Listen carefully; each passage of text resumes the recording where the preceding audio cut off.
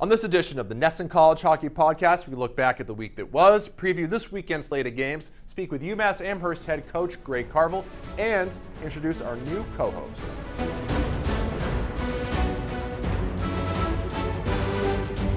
Hello, everybody, and welcome to another edition of the NESN College Hockey Podcast. I'm Dakota Randall, and today is a very special episode because we're going to get into a lot of college hockey and Hockey East stuff. Great weekend. Last week had a lot of great games. We're going to get into this weekend's action on the national scale and as well as on the NESN networks. We have an interview with UMass head coach Greg Carvel that we're really excited about. He was really great to talk to. But first and foremost, I want to get into the introduction of my new co-host, Patrick Mcavoy. Pat is obviously an employee at NESN and at NESN.com. Big Merrimack guy. He is probably the biggest fantasy football guy in the office. Which is really funny because I beat him in our company league this weekend, and I have the worst team in the league, so I'm sure he feels great about that. But yeah, so we're excited to have Pat in the fold. And Pat, just want to introduce yourself, tell everybody something about yourself. Thank you very much for that glowing introduction. No problem. About the fantasy football aspect, it has been a tough weekend for me, tough beginning to my week. That's tough for you. I might have one of the worst fantasy football teams ever assembled, and I beat you handily. I think our score was over by the 4 o'clock games before they even started. So that wasn't a good look for you. I had to stop watching. It kind of hurt, but I'm happy to be here. I'm happy to talk about some college hockey with you, and I'm just ready to get going. Yeah, we're great to have you. We're glad to have you, and obviously you're a big Merrimack guy. Absolutely. So that's tough times for you because they're not that great right now. But who knows? Nobody's an easy out in Hockey East. That is true. It stings a little bit, but I actually have a little bit of information to toss to you about those guys later on in the show. All right. Well, geez, what a tease. We'll get to that. So again, we got a lot to talk about. We're going to get into a great schedule of games this weekend on NESN. I'll give you those real quick. It starts Friday with women's hockey, Holy Cross at number 4 Northeastern. That's on NESN. Saturday, 3 men's hockey games, number 19 BC at Uconn, 3:30 on NESN. We have BU at number 11 Providence at 7. Number 15 Quinnipiac at number 18 Harvard. And then Sunday, we have number 2 UMass at UNH. A game we'll get into a lot later on. So again, all of our Hockey East coverage is brought to you by Rockland Trust, where each relationship matters. So we're really looking forward to those games. We'll get into a lot of the other games across the country and across NCAA.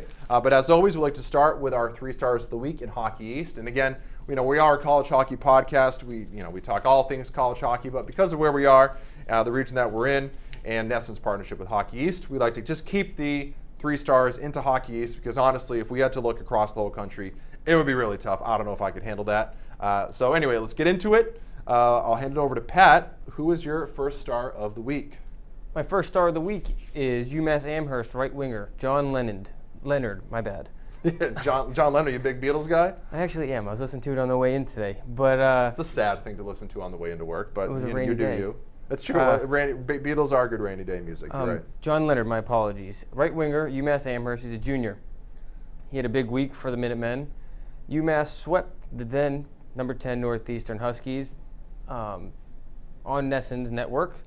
Yeah, and great games on NESN. I watched a couple of those, or both of those. There were a couple as much of them games as I could, but they were good games. Leonard recorded 2 in terms of talent. I mean, the games weren't necessarily close, but in terms of talent, they were a lot of good players. Leonard recorded 2 multi-goal games. He had 4 goals throughout the weekend.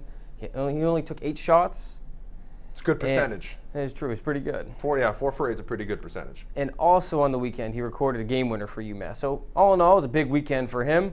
He became the first player in UMass Division I history to post 3 straight multi-goal games. And so I'm glad that we can start the day off with him because I feel like he deserves it after such a big weekend. Yeah, he had a great weekend. I think he's tied for 2nd in the nation in goals with 7 or something. I mean, I could be wrong on that. Either way, he's up there. Number 2. And we talk about him a lot with Coach Carvel later on. Obviously, been a great player. So yeah, so on to me, number 2 star. I'm going to go Angus Cruikshank, UNH. Anybody that listens to this podcast knows I'm a big UNH stan. It was a big weekend for the Wildcats. They beat BC, then they beat Dartmouth. And Cruikshank had a lot to do with that. He had 3 goals and 1 assist for 4 points as the Wildcats went 2-0 in the week. He scored the game-winning goal in overtime against number 15 Boston College, Boston College has been struggling quite a bit, but not even obviously. It's not the same as if you were beating BC when they're at the top of the national rankings. But it's BC is one of the elite programs in the country. That's a big win for UNH. Especially they had a lot of games last year where they lost a lot of close games that they came out on the wrong side of. Obviously, Coach Seuss is trying to change that this season. They've had some early success doing that, and Cruikshank was a big part of that. Has been a big part of their success this season and a big part of how great they were over the weekend. So he is a deserving number 2 star, if you ask me. So I'll give it to you for the number 3. And Patrick. for my third star today, to kind of go off what you were just saying about BC, my third star is David Cotton. He's a forward for Boston College. And so on the weekend, he scored a goal and that an assist, that's a solid weekend if you ask me. But in reality, the biggest reason why Cotton is my choice is because he helped BC beat the then number 7 Providence Friars. And BC really needed to win. They dropped 4 straight. And then Cotton stepped up for the Eagles, and they took down Providence. And hopefully now they can kind of turn their season around. And maybe it starts with him. Yeah, I agree. And it was again, like you said, it wasn't so much about Cotton's production per se. I mean, obviously he had a great game, but it was more that, and again, if the Eagles lose that game, their season isn't over. Yeah. Maybe they drop out of the national rankings, which is crazy considering the talent. Yeah. But it was just a performance they needed and a win they needed to have against a quality opponent. And so it couldn't have come at a better time for Cotton, who, senior, great player on that team. So yeah, I agree. Deserving number 3 star. Great 3 stars. Obviously, there are plenty of players across Hockey East that had great weekends, but those are the 3 we chose. Mm-hmm. Now before we get into our interview, I just want to kind of look back at some of the results from over the weekend, both in Hockey East and on a national scale, just sort of touch on ones that we thought were worth noting. Mm-hmm. I'm going to start, again, with both BC and UNH. 2 teams kind of going in different directions. BC loses at UNH in overtime before beating Providence 3-2, as you mentioned, in a gotta-have-it game. Nonetheless, the Eagles had lost 4 in a row before that game. They're all the way down to number 19th in the national rankings. And I talked a little bit about this with Coach Carvel, how he said this. There's a lot of the programs in Hockey East this season have a lot of new players, and a lot of these teams are in the finding their identity phase. Yep. And he expects teams like the Eagles to be much better at season's end, which you could say about any team in any sport. Obviously, it's early, but it is sort of clear when you watch the Eagles that talent isn't going to just carry you all the time. These are a lot of players that aren't familiar with each other that need to get on the same page. And so it was surprising to see them lose 4 games in a row, albeit against quality opponents. Maybe the win against Providence is what they need to get back on track. But we'll see. As far as UNH, I've been really impressed with them so far this season. Again, no one's picking them to win Hockey East, though. I mean, you never know. Again, all the teams in Hockey East are quality teams. But regardless, UNH to get that win over such a good team in BC was huge for them. And I thought the win over Dartmouth was really good because coming into the season, Dartmouth had more preseason love. They actually got votes for the national rankings. They weren't ranked, but they were in that others receiving votes section. Mm-hmm. And so there was a legitimate conversation, is Dartmouth the best team in New Hampshire? And while we don't necessarily know who is now just because of one game, I think it was a 5-4 game, 6-5. It was a high-scoring game. Regardless, UNH has a 2-0 weekend. And I just think it's another sign that they're going in the right direction. They got a little bit of love in the polls. They got some votes to get in there. And I think Coach Souza is doing a good job with that team, and his players are playing for him. And encouraging weekend if you're a Wildcats fan. Absolutely. Another big slate of games that occurred this weekend was Penn State versus Wisconsin. Entering the weekend, Wisconsin was number 7 in the polls, and Penn State was down to 12 because although they're 6-1 at the moment, they've kind of bounced around the polls a little bit after losing to University of Alaska Fairbanks earlier in the season. Right. So they've been which I called, by the way. You weren't here, Patrick, but I predicted that. I'm impressed with that. And I'll get to Alaska again in a second. Yeah. Not Alaska, but upsets, because I've been having a little success with those. But continue. I'm excited to hear about that. But they've been their record's good right now, but they've been all around the polls because, especially with that loss, who knows how they're going to play. And they had a sort of a close game against Robert Morris, which was surprising. That is true. They entered this weekend matchup with Wisconsin, and they took them down both games. They swept the series, and Peyton Jones was lights out in net for Penn State. He stopped 50 of 53 shots faced on the weekend, and then pretty good. That's a pretty solid weekend. Pretty good. Yeah. Center Nate Sekusi also was big for Penn State. He scored a goal in both games, and now Penn State is the biggest jump in the polls this week. They went from 12 to 6. Which is a big jump. That is, especially this early, I think. It's a really big jump. It's a really big jump, but Wisconsin has been one of the better teams in the country. Really talented. They beat some good teams. So I guess it's just the fact that you beat a team like that twice in a row will send you that high up. But I agree, a big jump. Solid. It was a solid weekend for them, and hopefully they'll be able to keep it going this week. But that was a very big weekend. Yeah, and I think it was big for Penn State because I had some questions about them last week. Where I wondered, they had a lot of hype. They were high in the rankings earlier in the season. Were they that good? I thought their results, they were winning, but they weren't necessarily impressive in doing so. And now I think we can kind of eliminate all that talk. I think they're for real. They're a really good team. Great weekend for the Nittany Lions. For me, I'm going to go UMass sweeping Northeastern. Kind of speaks for itself. Yep. Two great teams. Northeastern entered, I think, at number 11 or 10 or something like that. Regardless, UMass gets wins in both games. We mentioned John Leonard earlier. They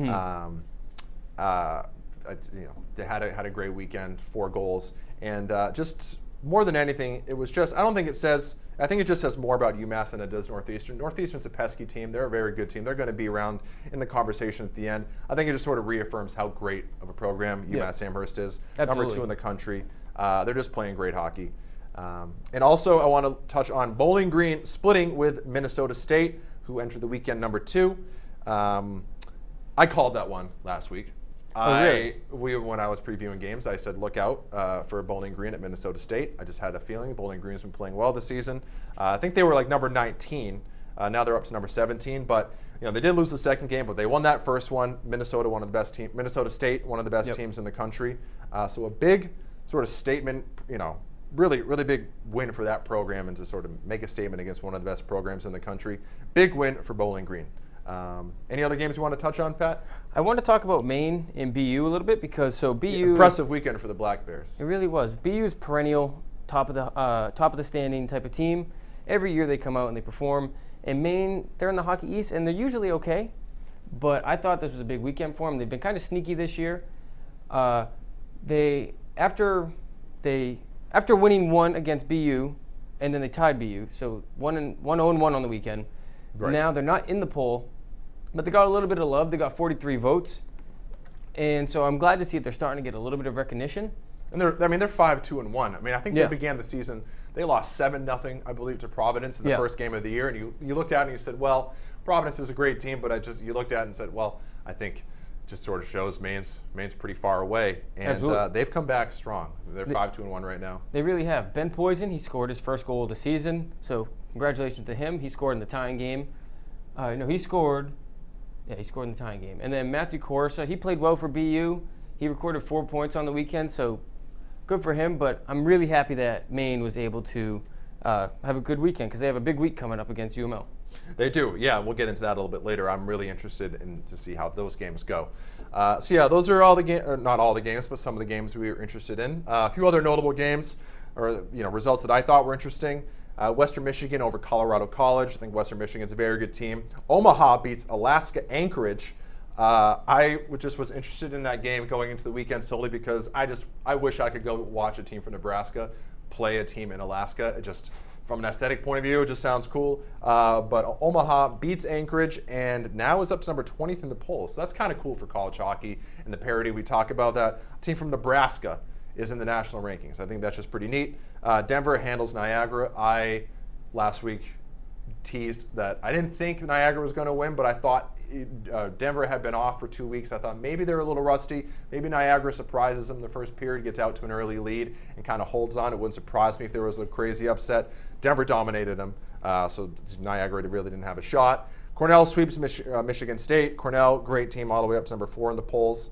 A lot of great stuff across the country. Those are some of the games that I thought were interesting. Before we get into UMass and our interview, I just want to give you the updated polls. We'll fly through these real quick. Pat, you can give me any takeaways if you want afterward. Denver stays at number 1. Denver number 1, number 2 UMass, then Minnesota State, Cornell, Notre Dame, Penn State, Minnesota Duluth, Clarkson, Ohio State, North Dakota, Providence, Wisconsin, Northeastern, UMass Lowell, Quinnipiac, Northern Michigan, Bowling Green, Harvard, Boston College, and as we said, Omaha. So a lot of shifting around in the rankings this week. We got to some of the teams that also received votes, but in terms of the top 20, a lot of moving around. The thing I think that I took the most from this week's poll is that I know it's still early in the college hockey season and all, but it's kind of interesting how solid the top 20 teams are, but in reality, the teams that are not in the top 20 were able to take out some of the top 20 teams. So, for example, Providence fell from number 8 to number 11 after tying Colgate. Right. And then to go along with that, 4 teams that were in the top 10 last week are now out of it. And so it's interesting now. I know it's early. I've said that a few times. I know it's still early, but I don't think that the polls, the way they look right now, are going to be the way they look when the season comes to a close. Yeah, definitely not. Or even close to that, because I think it's just going to be a week by week, the top 10 is going to be almost entirely different. Right, I agree. And again, we talk about a lot. It just sort of speaks to the parity across college hockey. Absolutely. So many great programs, very few easy outs, and I just think it's great. I think college hockey's in a great place right now. All right, so let's get into UMass and our interview with Coach Greg Carvel. Really enjoyed talking to him. We talked about, his team lost in the national championship game last year to Minnesota Duluth. It was the first national championship appearance for the Minutemen in program history. And so, you look at that and say, how do you respond? How do you come back the next season? Mm-hmm. Well, they're 6-1. They've gone off to a great start. They look like one of the best teams in the country. And an overall really impressive hockey team. Absolutely. So we talked about that. We just sort of talked about hockey as a whole, talked about some of his better players this season, including John Leonard. Talked about Cale Makar, who, of course, was great for them in the tournament last season. Yep. Went on to star in the Stanley Cup playoffs, and now honestly looks like the Calder front runner in the NHL, having a great season for the Avalanche. So we touched upon all that, and I hope you enjoy it. So let's get to our interview with UMass head coach Greg Carvel.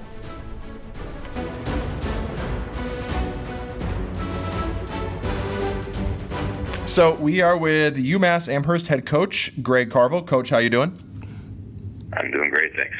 Cool. So first off, obviously you guys lost in the national championship game last season, and it's incredibly tough to go that far and not get the result you want. But different teams come back in different ways the following season. It's clear your guys have no hangover. What's been key for you to the start to the season and to get off the right way?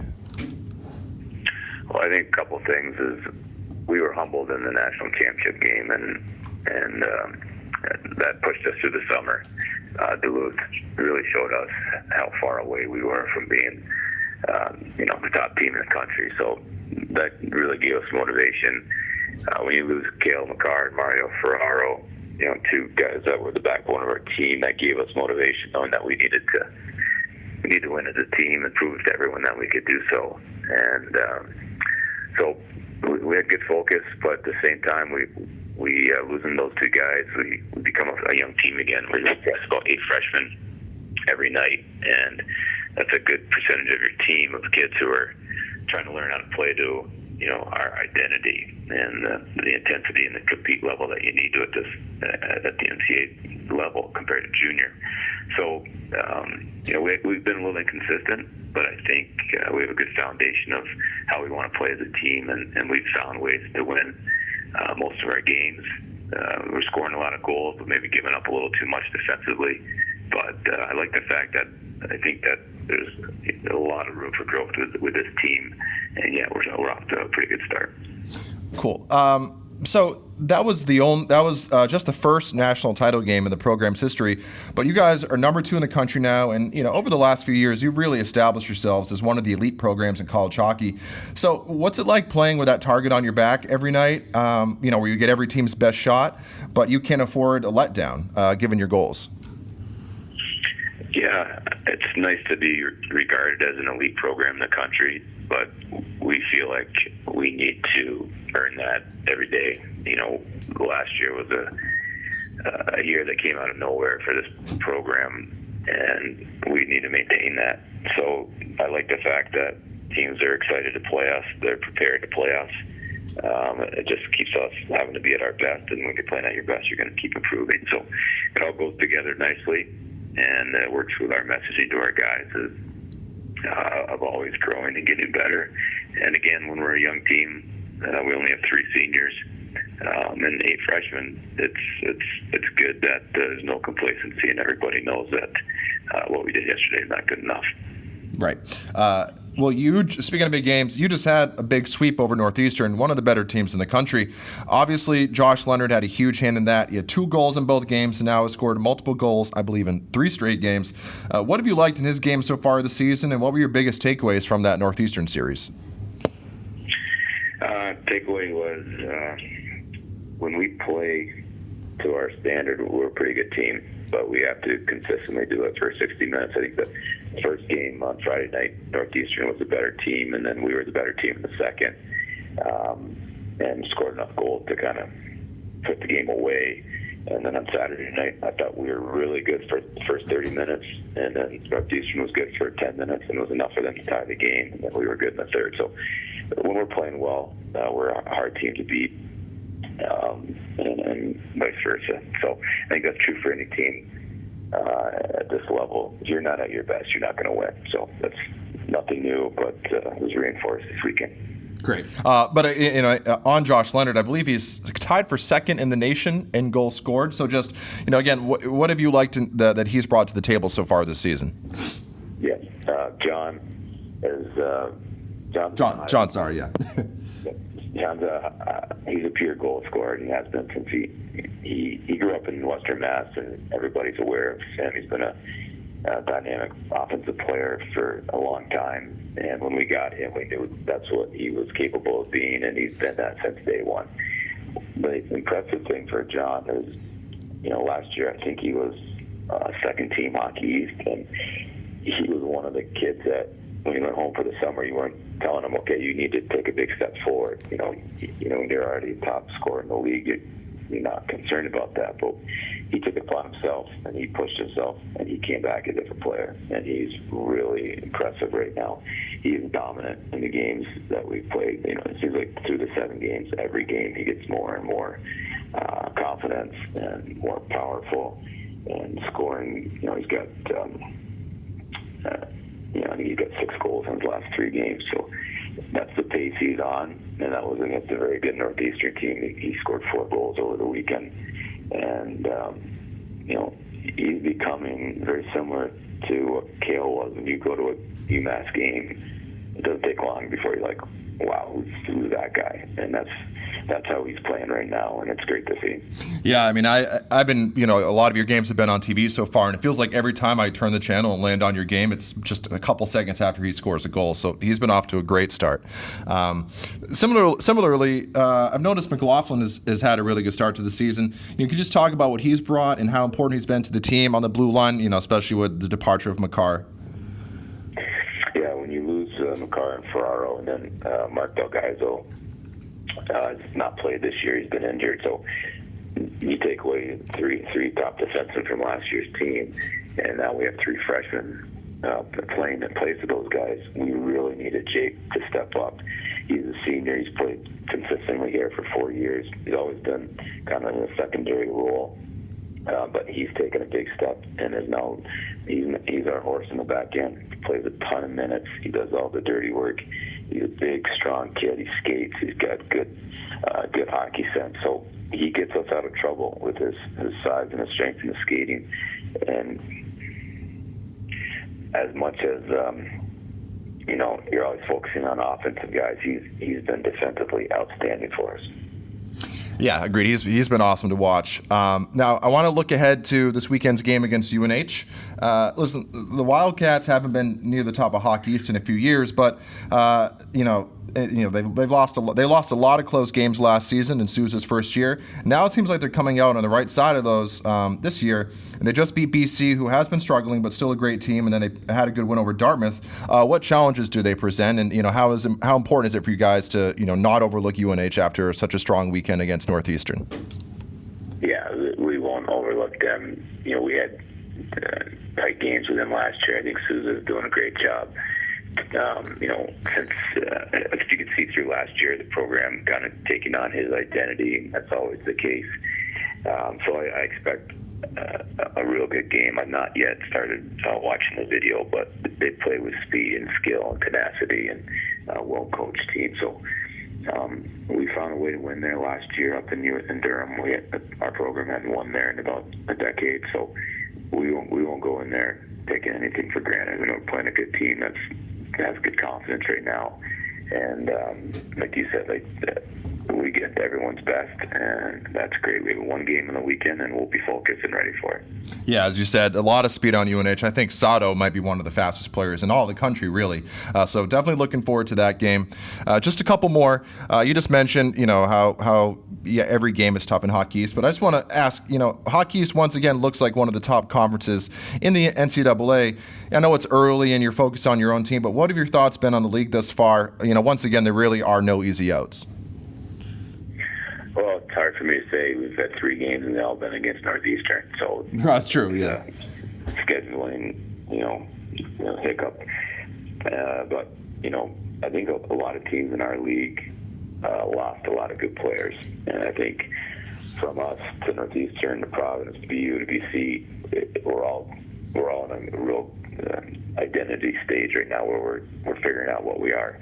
And I think you're going to see the Hockey East as the season moves on. I think you're going to see teams taking big steps and getting stronger and better. So I think that's good for the league. It's good that a lot of our players move on to the NHL before graduation, and we get good players to replace them.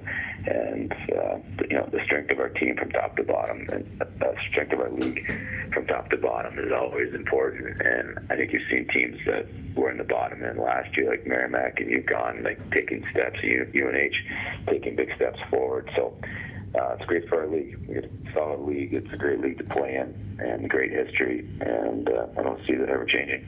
Yeah, it's a great point, and the team is kind of finding their identity right now, and I think it's especially true for a team like BC that has a ton of new players on that team, a lot of talent, but obviously kind of scuffling right now. And I think, as you said, as the season progresses, expect a lot of teams to sort of find themselves and turn things around. My last question, real quick, I just want to ask you about Cale Makar. Obviously, he was a stud in the playoffs last season after your season ended. And I know it's probably hard to watch those Colorado games because they're on so late, but he's got 11 points already. He looks like the Calder Trophy front runner right now. From what you have seen of him, what do you think? And obviously you can't be surprised with the success that he's having in the NHL so far. No, I'm not the least bit surprised. He was a dominant player at this level against kids that went on to play in the NHL. So his skating ability is elite, and that's what the game is now. But he also competes, and he's got great stick skills and hockey sense, and he's the whole package. I think the more he plays, the more he'll realize where he'll be most effective, and that just takes some time. So I'm not the least surprised by anything that he does as a hockey player. He's one of the all-time greats. Yeah, absolutely. He is a blast to watch. Well, that's all I got, Coach. Again, I just want to thank you for taking the time this week, and best of luck this weekend against UNH. All right. Thank you very much. All right. Thanks, Coach. Bye. Welcome back, everybody, and thank you again to UMass head coach Greg Carvel. Really enjoyed talking to him. Thought he had a lot of interesting stuff to say. I'm really looking forward to that game against UNH because, obviously UMass has to be the favorite, but I think UNH has showed a lot of fight this year. And I'm not going to predict anything, but it wouldn't surprise me at all if the Wildcats give the Minutemen a game up there. So before we continue, we don't have a lot of time left. We're going to get into the games this weekend that we're looking forward to, but I just want to go over the NESN schedule one more time. So it all starts Friday with a women's hockey matchup, Holy Cross at number 4 Northeastern. That's at 1 p.m. on NESN. Then Saturday, 3 men's hockey games. We have number 19 BC at Uconn. That's at 3:30 on NESN. BU at number 11 Providence at 7 p.m. on NESN, and number 15 Quinnipiac at number 18 Harvard at 7 on NESN Plus. And then Sunday, again, we were talking about number 2 UMass at UNH at 1 p.m. on NESN. That should be a great game. Again, all of our Hockey's coverage is brought to you by Rockland Trust, where each relationship matters. So a lot of great games there. I'm looking forward to all of those. I know you are as well, Patrick. Absolutely, I can't wait. Yeah, so real quick, let's just get into the games we're looking forward to. I'm kind of curious to see Quinnipiac at Dartmouth. Again, we talked about it earlier. A little bit of preseason love for Big Green, but they started 0-2 after losses to. They opened the season with a loss to Harvard, who looked great, and then a loss to UNH that we talked about. Again, they've had some preseason hype, and I just want to see what they can do against Quinnipiac, who I believe right now they're all the way down to number 15 in the country, but that's perennially one of the better teams in the country. So I just want to see if Dartmouth can rebound and get a win, or do they start the season 0-3. Absolutely. So we'll find out. I'm really interested in Uconn versus BC. They have a home and home on Friday and Saturday. Uconn's 2-3-1 on the season, and they're coming off a split versus Merrimack. But the real question mark on this game, I think, is what BC team are we going to see? Right. BC has beaten Wisconsin and Providence this year, but then also had a 4-game losing streak. So I don't know what team we're going to see this weekend. Yeah, I don't either. I think that's a really interesting game as well. UConn is only 2-3-1, but they're a better team than people give them credit for. They're also a lot of fun to watch. They have a ton of Russians, so if you like Russian style of play, they're the team for you. Absolutely. So yeah, definitely interested in that game. I want to see number 1 Denver at number 7 Minnesota Duluth. Of course, Minnesota Duluth, 2-time defending national champions. Kind of struggled this season. I believe they're 3-3. Obviously, they're trying to become the first 3-peat national champion since Michigan 1951 through 1953. But they've been off for a week, so they'll have been off for about 2 weeks when they face off. And it's Denver at Minnesota Duluth, or for 2 games. So I mean, it speaks for itself. The number 1 team in the country versus the team who most people probably believe really is the best team in the country, 2-time defending champions. I mean, just college hockey at its best, probably the 2 best programs, maybe with UMass. So 2 of the top 3 or 4 programs in the country. Just should be a great game. Great 2 games. So I'm really looking forward to that.